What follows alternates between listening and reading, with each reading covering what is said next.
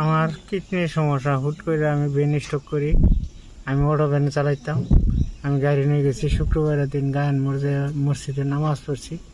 নামাজ পড়ে পড়াশোনা যাওয়ার নিয়েছি। ওই সময় আমি স্ট্রোক করছি, ব্রেন স্ট্রোক করছি। স্ট্রোক করলে পরে আমার নিচে শকুপুর রাখে নাই, শকুপুরতে অ্যাভয়েড করছে ময়মনসিংহ যে প্রবলাতে ভর্তি হইয়া করে আছে। পরীক্ষা করছে। পরীক্ষা করাতে আমার দৌড়া কিডনি ড্যামেজ হয়ে গেছে। আমার মাথায় পেনটে স্ট্রোক হয়েছে, হার্ট এক সাইড হয়ে গেছে, দুর্বল হয়ে গেছে। এখন আমি তো একদম গরিব মানুষ, আমি তো দিন নাই না দিন কামাই করে খাইতাম। আমার তো এখন এই যে ডায়ালিসিস করে বাঁচান লাগতেছে। ময়মনসিংহে ভর্তি আসলাম আমি 2 মাস সরকারি ভর্তি থাকাতে চিকিৎসা হইয়া হিন্দিকে আমার এই ভাট করে দিল যেমনে জানগা ঢাকা গেলাম। ঢাকা থেকে আমার ফেরত দিল। পরে ডায়ালিসিস করে এই যে শকুপুর শিডিউল করে ডায়ালিসিস করে বাঁচতেছি। এটা কতদিন আগে হয়েছে আপনার? আমার হয়েছে 6 মাস ধরে। 6 মাস ধরে? 6 মাস। মানে মূলত আপনার ব্রেন স্ট্রোক হয়েছিল, তারপর থেকে এই সমস্যা? আপনার ব্রেন স্ট্রোকের পরে আর কি ধরা পড়ছে? আমার কিডনি দৌড়ায় ড্যামেজ হয়ে গেছে। এখন এই পর্যন্ত আপনার কত টাকা খরচ গেছে? আমার এই পর্যন্ত 7 লাখ টাকা খরচ গেছে।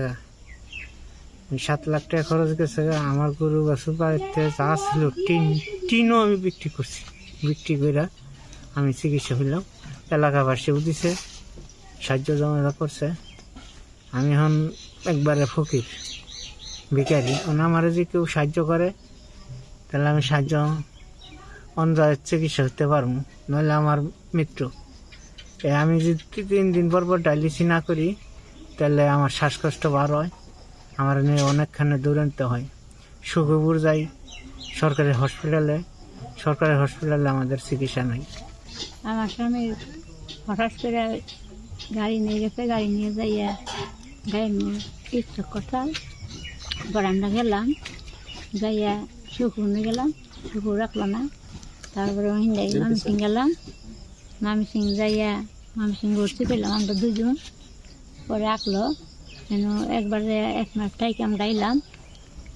টাকা পয়সা যা পরে চিকিৎসা করতে এলাম। আবারও আবারও নিয়ে গেলাম। আবার 1 মাস টাইকে তারপর যা তাহলে আমরা সব বিক্রি করে দেয়।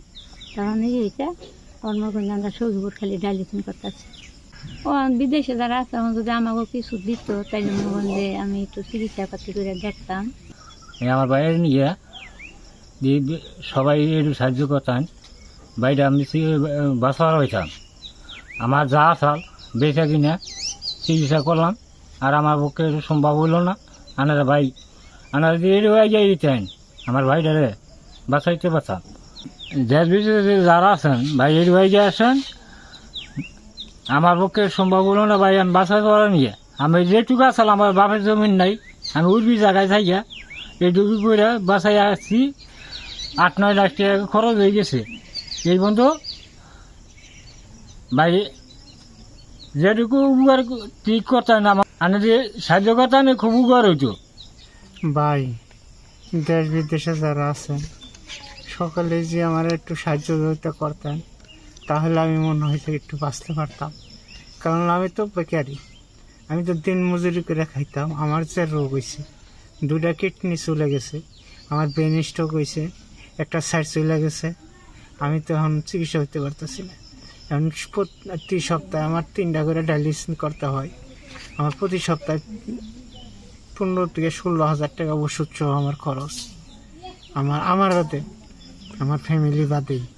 কারণ আমার তো কিছু নাই, যা কিছু আসলে বিক্রি করে 6-7 লাখ টাকা আমি শেষ করে ফেলেছি। এখন আমি বেকারি। কারণ আপনারা যদি আমার একটু সাহায্য করতেন তাহলে আমি কিছুদিন তো আপনাকে দোয়া নিয়ে বাইসা থাকতে পারতাম। আপনারা সকলেই আমরা চিনেন, অনেকেই চিনেন, অনেকেই ভাই চাচা অনেক কিছু লাগেন। কারণ হলো যে আমি অনেকখানে খেপ নিয়ে গেছি। আমি অনেক দিন ধরে গাড়ি চালাই, অনেক মানুষ পরিচিত।